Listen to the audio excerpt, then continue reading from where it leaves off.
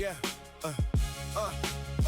in the summer of '36 at the old Yankee Stadium, the Brown Bomber was golden, the future looked bright for him. Undefeated young contender, 10-1 favorite that night.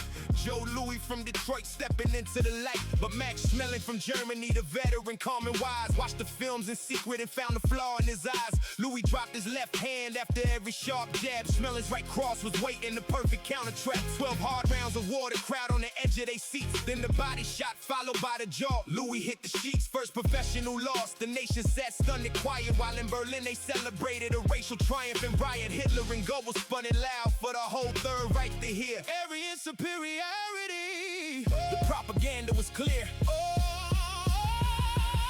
But the rematch was coming 2 years down the line. With storm clouds of war rolling, the world on the line. This wasn't just boxing, it wasn't just pride. It was freedom and hope standing up to the tide. Yeah, Joe Louis carried the weight of a people held down, and the hopes of a nation when darkness was all around. At Yankee Stadium, June 38, the whole world tuned in. The bomber was ready to answer again. By 38, Louis was champion, the crown on his head. But that one defeat still burned like a fire that wouldn't be dead. Schmelling was older, the Nazis tried to make him their face. Spinning tales of master race, glory all over the place. Hands glistened, shaking Europe just 3 months before. War drums were beating louder than ever before. Louis trained with a fury, his corner had one simple plan. Attack from the opening bell, don't give him a chance, man. 70,000 packed in, millions more by radio wave. From Harlem's proud streets to places where free voices were slaves. The swastika shadow stretched long across the sea, but the Brown Bomber was fighting for you and for me. Yeah. The bell rang at 8 and Louis exploded like thunder. No feeling it out, he came to tear it asunder. Jabs like pistons and hooks, and that right hand of stone. Schmelling on the ropes, the arena shook to the bone. A devastating right to the body, you could hear the man cry. First knockdown of the night as the champion flew by.